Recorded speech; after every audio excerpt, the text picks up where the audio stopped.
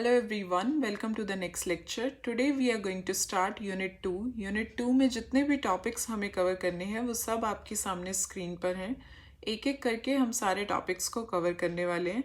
सबसे पहला टॉपिक है आपका tangents and normals. Before starting tangents and normals, let's recall some important results from coordinate geometry. अब coordinate geometry की बात हो रही है तो स्लोप की बात कैसे ना करें. Slope of a line is a number that tells both the direction and the steepness of the line. एक ऐसा नंबर जो लाइन की डायरेक्शन बताए एंड स्टीपनेस मेजर करे. Oftenly we denote slope of a line by letter M. M से denote करते हैं हम लाइन की स्लोप को. Now the question is how do we calculate slope. Slope कैसे निकालते हैं. यहाँ पर एक लाइन है मेरे पास, मुझे इसकी स्लोप निकालनी है. तो स्लोप निकालने के लिए यहाँ पर कोई भी दो डिस्टिंक्ट पॉइंट्स लेंगे हम. सबसे पहले कोई भी दो डिस्टिंक्ट पॉइंट्स ले सकते हैं. यहाँ पर सपोज ये पॉइंट है x1 comma y1 and this point is x2 comma y2. आप कोई भी दो पॉइंट्स ले सकते हो लाइन पे. ओके, सो यहाँ पर x1 y1 x एक्सिस पर ये पॉइंट क्या है x1 and this is y1. ये हो जाएगा x2 एंड ये हो जाएगा y2. Now slope of a line is calculated by finding the ratio of vertical change to the horizontal change between any two distinct points on the line.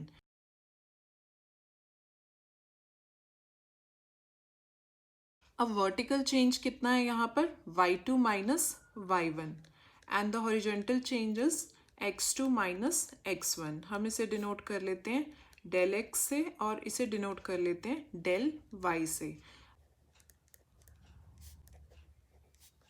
Slope of the line is the ratio of vertical change over horizontal change.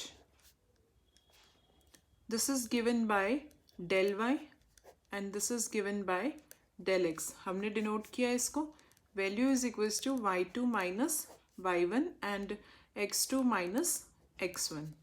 अब ये जो line है जिसकी slope की हम बात कर रहे हैं ये एंगल बना रही है with the positive direction of x axis theta in the anti clockwise direction. तो ये एंगल यहाँ पर भी थीटा होगा. Now this is a right angle triangle. Right angle triangle है यहाँ पर ये. So perpendicular over base this is equals to tangent theta. So यहाँ पर आपके पास जो ये परपेंडिकुलर की वैल्यू है that is y2 minus y1 and the base is x2 minus x1. So this equals to tangent theta. तो इसका मतलब क्या हुआ. स्लोप निकालने के लिए अगर हमें एंगल पता हो with the positive direction of x axis in the anti clockwise direction, अगर हमें एंगल पता है तो हम स्लोप निकाल सकते हैं बाय टेंजेंट थीटा. अगर हमें कोई भी दो डिस्टिंक्ट पॉइंट्स हम चूज कर सकते हैं, ऑब्वियसली चूज कर सकते हैं किसी भी स्ट्रेट लाइन पे कोई भी दो पॉइंट्स आप ले सकते हो.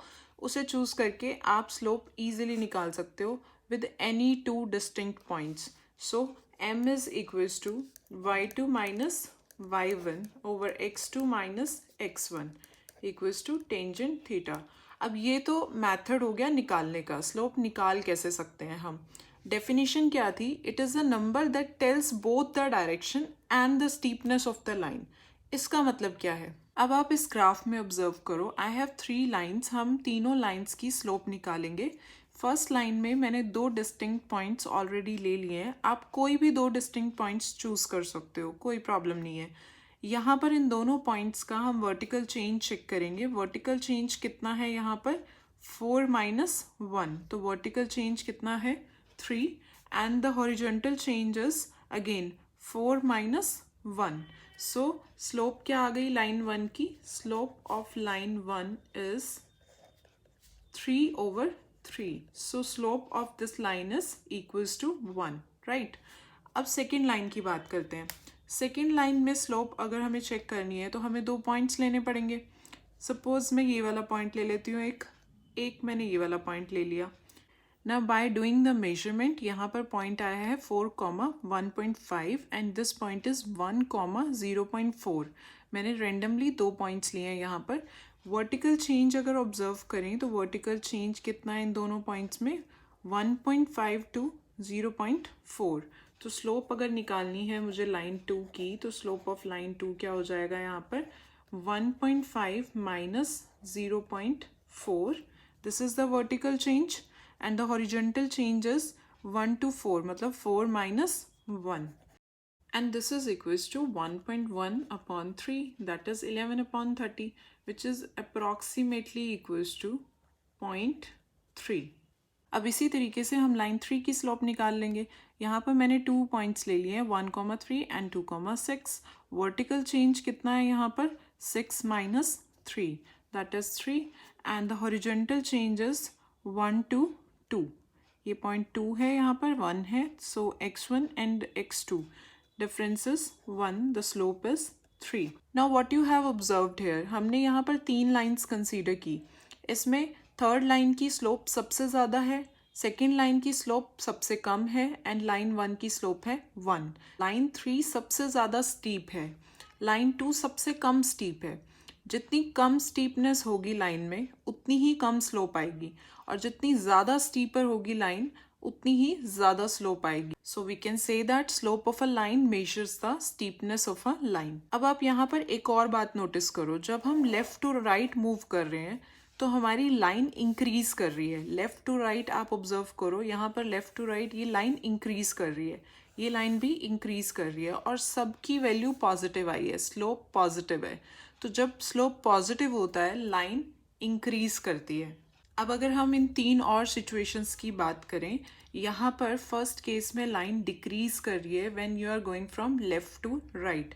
जब आप इसे लेफ्ट टू राइट ऑब्जर्व कर रहे हो this line is decreasing, right. यहाँ पर लेफ्ट टू राइट अगर आप इसे ऑब्जर्व करो this line is constant, and this is the situation when you are going either straight up और स्ट्रेट डाउन। अब अगर फर्स्ट केस की यहाँ पर बात करें तो फर्स्ट केस में मैंने यहाँ पर रेंडमली 2 पॉइंट्स कंसीडर किए हैं। वर्टिकल चेंज अगर चेक किया इनके बीच में तो -4 है और हॉरिजॉन्टल चेंज है 4। So slope of this non vertical line is -4 upon 4। This is equals to -1। The line is decreasing. It goes down from left to right and the slope is negative. Second case में जहाँ पर हमारे पास line है parallel to x axis, यहाँ पर अगर हम कोई भी पॉइंट्स को कंसीडर करेंगे तो वर्टिकल चेंज तो होगा नहीं, सिर्फ हॉरिजॉन्टल चेंज होगा। तो वर्टिकल चेंज क्या आ जाएगा हमारे पास, del y would be equals to 0। अगर मैं कोई भी 2 पॉइंट्स चूज करूँ तो यहाँ पर सिर्फ हॉरिजॉन्टल चेंज होगा, वर्टिकल चेंज तो होगा नहीं, राइट। यहाँ पर अगर सपोज कोई भी पॉइंट है x1, y1, तो यहाँ पर भी x2, y1 ही होगा, y1 is fixed. So del y क्या हो जाएगा 0, डेल x क्या होगा x2 minus x1।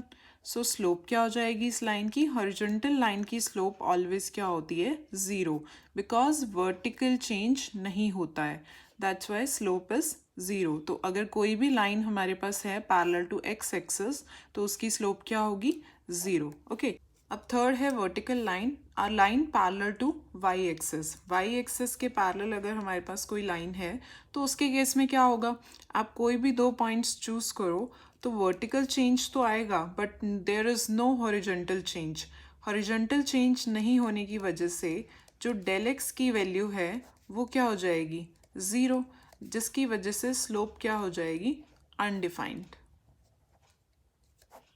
So we can say that slope is a number that tells the direction of a line and it measures the steepness of the line. If you have ever walked up or down a hill, then you have already experienced a real life example of slope. Keeping the fact in mind, the slope measures the steepness of a line. अब line की slope के बारे में तो बहुत बात कर ली, अब नेक्स्ट करते हैं हम discuss equation of the line. Equation of the line passing through a point x1, y1 and having the slope m is given by y minus y1 equals to m, slope है m, x minus x1। हम इसे point slope form भी बोलते हैं, आपने बहुत use की होगी। y minus y1 equals to m x minus x1। अगर 2 पॉइंट्स गिवन हो तो हम स्लोप निकाल सकते हैं पहले और उसे यूज़ कर सकते हैं। यहाँ पे m की वैल्यू क्या होती है, अगर हमें 2 पॉइंट्स पता हो किसी भी नॉन वर्टिकल लाइन के, y2 minus y1 upon x2 minus x1, तो उस केस में इक्वेशन ऑफ लाइन क्या हो जाएगी y minus y1 y2 minus y1, x2 minus x1, x minus x1, इसको बोलते हैं 2 point form. Now the next is equation of a horizontal line passing through the point x1, y1 that is given by y minus y1 equals to 0. Horizontal line का क्या मतलब है? A line parallel to x axis के parallel जो लाइन होती है, अभी हमने डिस्कस किया था स्लोप क्या होती है? 0. अगर स्लोप 0 होगी तो पॉइंट स्लोप फॉर्म में m0 पुट करने के बाद y माइनस y1 क्या आ जाएगा? Equals to 0. That means y equals to y1 is the equation of the horizontal line passing through x1, y1. Next आ जाएगा equation of a vertical line. Equation of a vertical line passing through x1, y1. अब vertical line का मतलब क्या होता है? Parallel to y axis. अभी हमने स्टडी किया है वर्टिकल लाइन में स्लोप जो होती है दैट इज अनडिफाइंड. डिनोमिनेटर में 0 आ जाता है, डेल वाई अपॉन 0. यही किया था ना हमने, m equals to del y upon 0. तो अगर रेसिप्रोकेट किया जाए तो 1 अपॉन m यहाँ से क्या आ जाएगा? 0. So in case of vertical line 1 upon m is 0. Horizontal line के केस में m 0 है, वर्टिकल लाइन के केस में 1 अपॉन m 0 है. तो यहाँ पर आप इस इक्वेशन में इसको डिनोमिनेटर में शिफ्ट करोगे अगर, तो हम इसे ऐसे भी लिख सकते हैं y minus y1 upon m equals to x minus x1. Now 1 upon m is 0, तो ये पूरी क्वांटिटी क्या हो जाएगी? 0. तो इक्वेशन क्या आ गई वर्टिकल लाइन की? x minus x1 equals to 0. तो यहाँ से x माइनस x1 क्या आ जाएगा? 0. अगर हम पुट करें value 1 upon m equals to 0. Now the next is equation of a line having intercepts a and b on the axis is given by x upon a plus y upon b equals to 1. अब सबसे पहले तो intercepts का मतलब क्या होता है? जिस पॉइंट पर हमारी लाइन x एक्सिस को इंटरसेक्ट करती है that point is known as, this is known as x intercept. And जहाँ पर लाइन कट करती है y एक्सिस को that is known as y intercept. अब यहाँ पर क्या बोला गया है? इंटरसेप्ट्स हैं on the axis a and b. Suppose ये इंटरसेप्ट x इंटरसेप्ट है a, सो ये पॉइंट क्या हो जाएगा? a, 0 एंड यहाँ पर 0, b. अब ये लाइन डिक्रीज हो रही है तो ऑब्वियसली स्लोप नेगेटिव होगा, राइट? अब वैसे हम फाइंड आउट भी कर लेते हैं. स्लोप क्या होगी यहाँ पर? x1, y1, x2, y2. Slope is equals to y2 minus y1 upon x2 minus x1. So ये क्या हो जाएगा हमारे पास? 0 minus b upon a minus 0, that is minus b upon a. अब स्लोप की वैल्यू निकाल ली हमने. पॉइंट स्लोप फॉर्म की हेल्प से हम इक्वेशन भी बना सकते हैं. y minus y1 that is y minus b. यहाँ पर स्लोप है minus b upon a, x minus x1 that is 0. तो यहाँ से अगर हम सॉल्व करें इसको तो हमारे पास क्या आ जाएगा? ay minus b a minus b x. Shifting के बाद आ जाएगा ay plus b x is equals to b a, right? अब यहाँ पर बी ए को अगर डिनोमिनेटर में रखें सो यहाँ पर आने वाला है a b equals to 1. Y a y upon a b, b x upon a b that is equals to y upon b plus x upon a equals to 1. अब ये 2-3 रिजल्ट्स और रिवाइज करके लेक्चर को and करते हैं. 6th हमारे पास है equation of a line having slope m and the y intercept c is given by y equals to mx plus c. ये बहुत यूज़ की होगी आपने, बट इसमें नॉर्मली बच्चे भूल जाते हैं कि c क्या है. c is the y intercept. Line y axes को जिस पॉइंट पर कट करेगी that is c. Okay, so y equals to mx plus c. ये बहुत यूज़फुल है. टेंजेंट्स एंड नॉर्मल पढ़ने से पहले बहुत ज़रूरी है कि आप इनको रिवाइज करो. 7th है if theta be the angle between two lines, if we have two lines and theta is the angle between them, तो आप उस एंगल को easily डिटरमाइन कर सकते हो if you know the slopes. अगर उन दोनों लाइन्स की स्लोप आपको पता है, m1 है एक लाइन की, दूसरी लाइन की स्लोप है m2, तो हम tangent theta equals to modulus of m1 minus m2 upon 1 plus m1 m2 की हेल्प से, इस फॉर्मूला की हेल्प से थीटा निकाल सकते हैं. अगर हमें एंगल पता हो, दोनों में से एक स्लोप ना पता हो, तो वो भी हम फाइंड आउट कर सकते हैं through this formula, right? Last is if two lines with slopes m1 and m2 are parallel, अगर दो लाइन्स पैरेलल हैं तो उनकी स्लोप क्या होती है? इक्वल। अगर परपेंडिकुलर हैं तो उनकी स्लोप्स का प्रोडक्ट क्या होता है? -1 के इक्वल। इन दोनों रिजल्ट्स का यूज़ भी हम टेंजेंट्स एंड नॉर्मल्स में बहुत ज़्यादा करते हैं। अब हम नेक्स्ट लेक्चर में स्टार्ट करेंगे टेंजेंट्स एंड नॉर्मल्स।